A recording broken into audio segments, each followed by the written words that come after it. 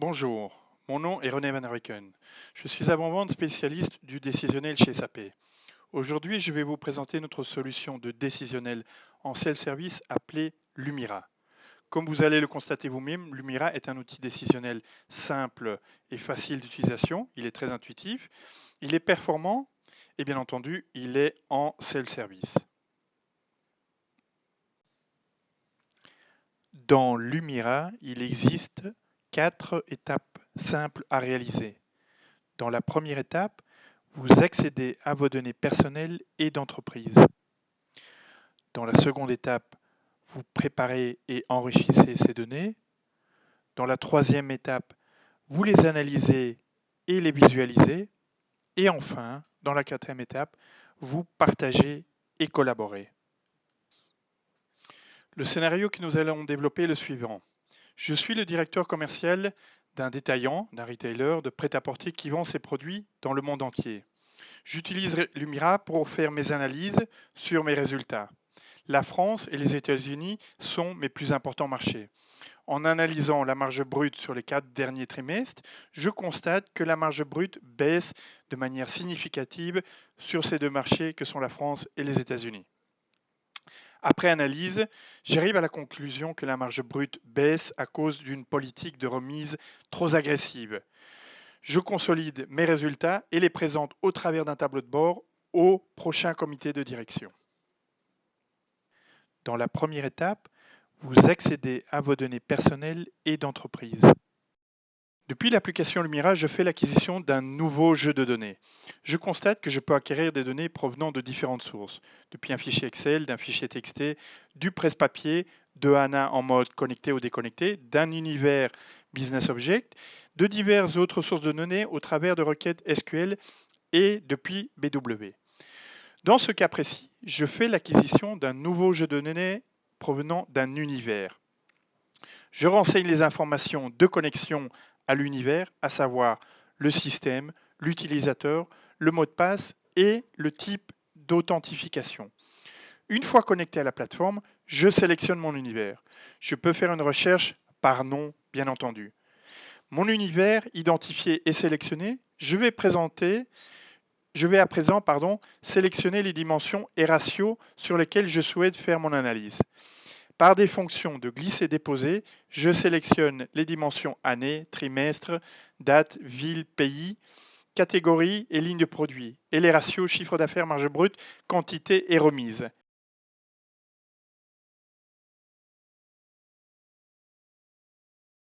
L'acquisition des données terminées, je les retrouve dans Lumira.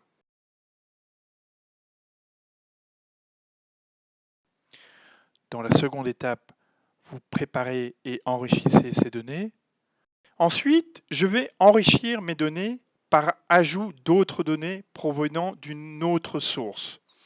Dans ce cas-ci, je vais ajouter un nouveau jeu de données provenant d'un fichier Excel. Je sélectionne mon fichier Excel et visualise les données présentes dans celui-ci, à savoir à qui s'adressent les catégories de produits, aux hommes ou aux femmes. Les données acquises, je les retrouve dans Lumira. Je vais rapidement trier les valeurs de ma dimension catégorie par ordre croissant. Je retourne ensuite sur mon jeu de données eFashion et je vais maintenant combiner par fusion les deux fichiers, à savoir les données provenant de mon univers et les données provenant de mon fichier Excel.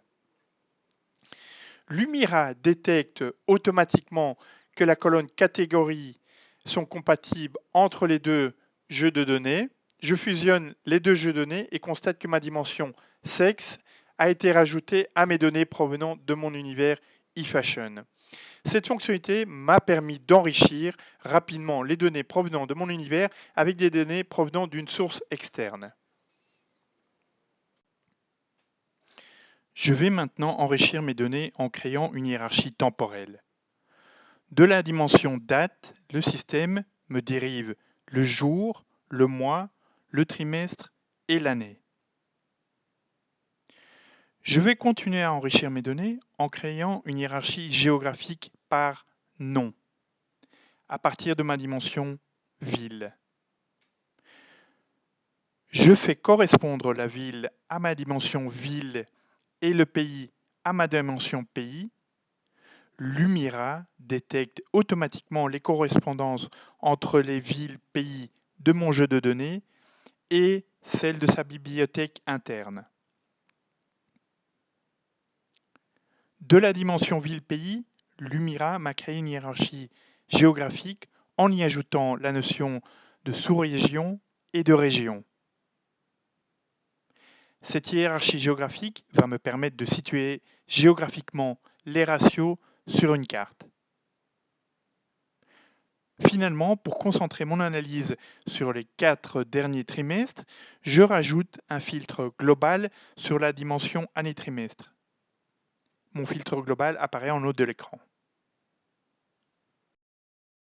Dans la troisième étape, vous les analysez et les visualisez. L'acquisition, la préparation et l'enrichissement des données terminés, je sélectionne le menu Onglet Visualisation.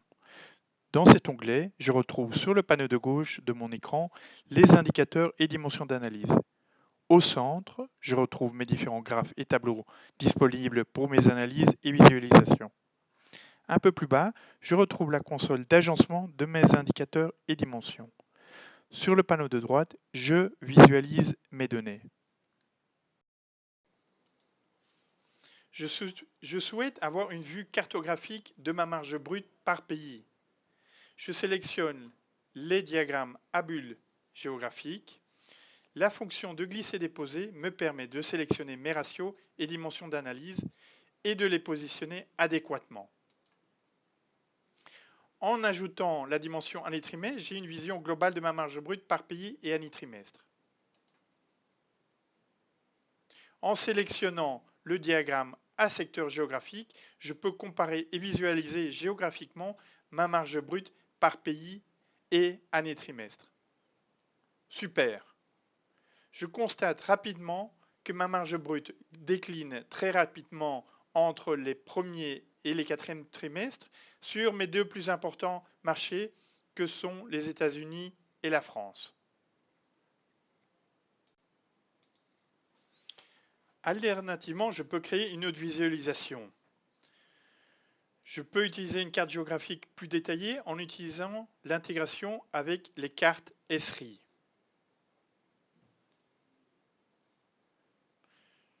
Avec des fonctions de glisser-déposer, je vais prendre la ville et la positionner. Je vais ajouter une couche. Je vais prendre la marge brute, la positionner et également analyser par pays ma marge brute. Je reclassifie et j'ai une visualisation où les points bleus indiquent les localisations des points de vente et la couleur du pays indique la valeur de la marge brute. Une couleur plus sombre indique une marge brute plus importante. Je crée une nouvelle visualisation.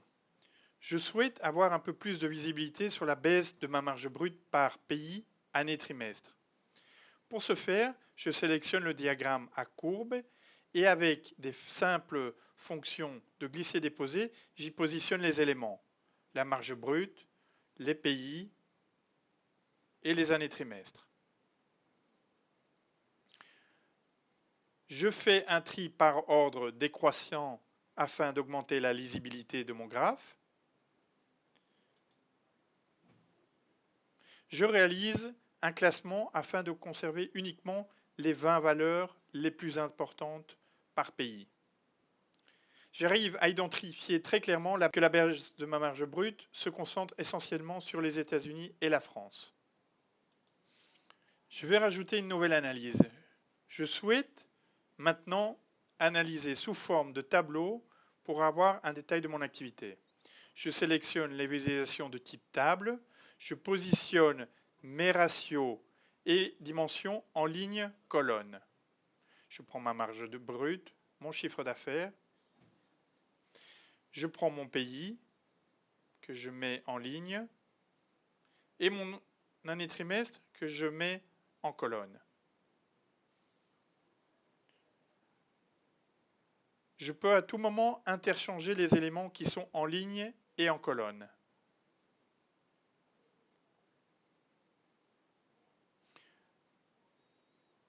Je peux rajouter des sous-totaux de lignes et rajouter des calculs prédéfinis.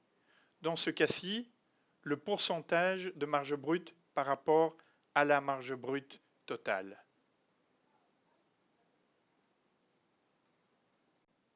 Je souhaite faire une analyse des causes. Je vais dupliquer ma visualisation. Je souhaite maintenant comprendre le pourquoi de la baisse de la marge brute aux États-Unis. Je fais un filtre sur les États-Unis. Je sélectionne la visualisation de type carte de points chauds. Je fais du glisser-déposer en y introduisant ma marge brute par année trimestre et par ville. Les couleurs les plus claires m'indiquent une marge de brute faible. Je les sélectionne. Je sélectionne et filtre sur les villes Miami, Dallas, Chicago et Austin et identifie rapidement les villes pour lesquelles la marge brute a diminué. Je duplique ma visualisation pour conserver les filtres et avec un diagramme en colonne empilée, je confirme mes soupçons, à savoir que ma marge brute a bien fortement diminué pour ces 4 villes les 4 derniers trimestres. Enfin, et pour conclure, je souhaite trouver visuellement la relation de cause à effet entre la diminution de ma marge brute et le coupable potentiel. Je duplique ma visualisation précédente pour en conserver les filtres et choisis un graphique combiné à courbe et à colonne, dans lequel je vais mettre en perspective ma marge brute, mon chiffre d'affaires et mes remises.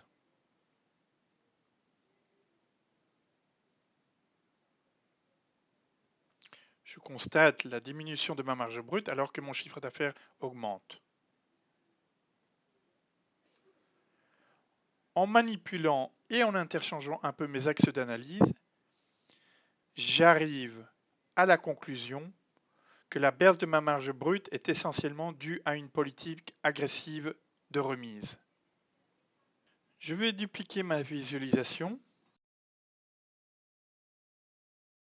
et finalement, en utilisant un nuage de points, celui-ci va nous permettre d'identifier le manager responsable de ces magasins afin que je puisse prendre contact avec lui et de rapidement rectifier la situation. Et enfin, dans la 4e étape, vous partagez et collaborez.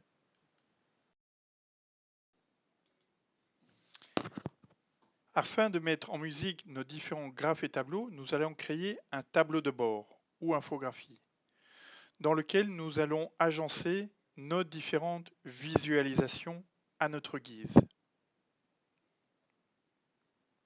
Nous donnons un nom à notre tableau de bord.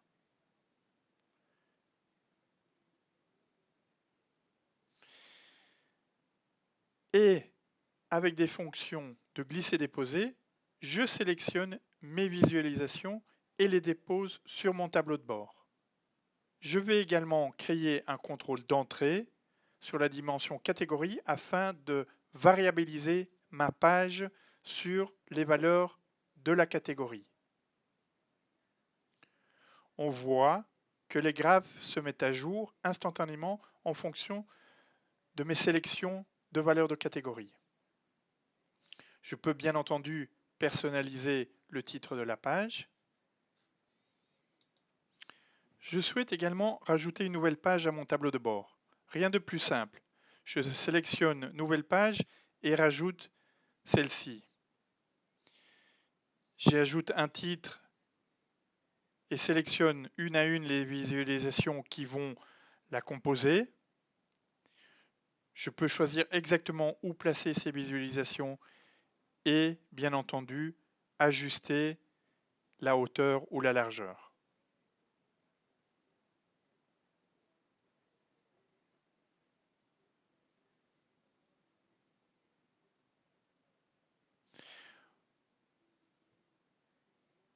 Mon tableau de bord se compose dès lors de 2 pages.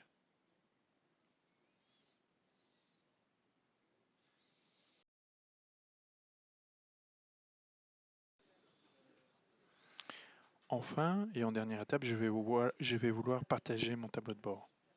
Je clique sur l'onglet Partager. Je sélectionne mon tableau de bord.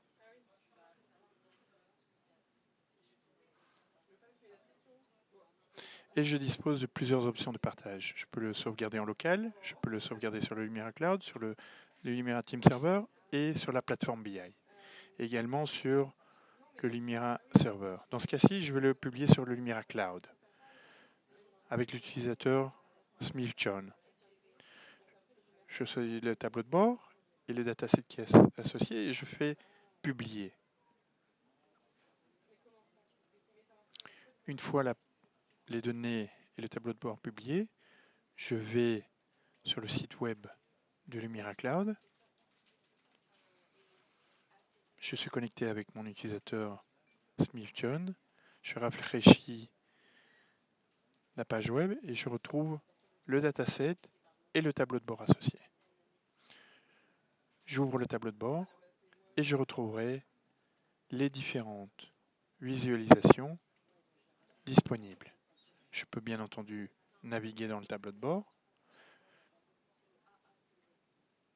et je peux consulter, passer d'une page à l'autre. Pour conclure, nous allons faire un petit récapitulatif du flux d'informations que nous avons réalisé avec Lumira. Premièrement, nous avons fait l'acquisition des données provenant d'un univers.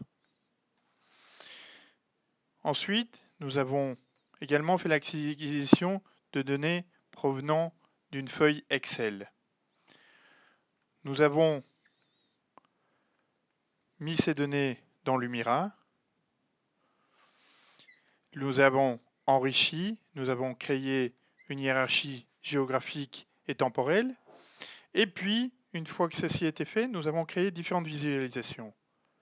Nous avons créé une analyse cartographique, nous avons créé une analyse à courbe, nous avons créé différents tableaux d'analyse, etc., etc. Ensuite, nous avons mis ces analyses en forme dans un tableau de bord. Ce tableau de bord contenait 2 pages et nous avons également variabilisé ces 2 pages pour rendre l'analyse dynamique. Enfin, nous avons partagé et publié ce tableau de bord dans le Lumira Cloud. Et ce tableau de bord, bien entendu, il est accessible au travers de terminaux mobiles. Finalement, quels sont les bénéfices pour votre entreprise? Les bénéfices métiers, c'est que Lumira est un outil performant. Il permet de répondre en temps réel aux questions que les métiers se posent et il permet d'industrialiser la préparation des données. C'est un outil, bien entendu, qui est séduisant, avec des analyses puissantes pour partager la perception collective. Finalement, c'est également un outil en self-service. Les métiers ne sont pas tributaires de l'ADSI pour créer les requêtes, les rapports ou les tableaux de bord. Quels sont les avantages pour la DSI? Pour la DSI, ça permet d'augmenter l'empreinte de la BI. Ça permet d'augmenter l'adoption de la BI vers d'autres domaines d'activité. Lumira est également connecté à la plateforme BI. Donc, ça permet de capitaliser sur les données existantes telles que les univers. Ça permet de capitaliser sur la sécurité et les services existants sur la plateforme BI. Et finalement, c'est un outil, Lumira est un outil qui est évolutif et qui est gouvernable. Donc il a une évolutivité éprouvée. Je vous remercie pour votre attention.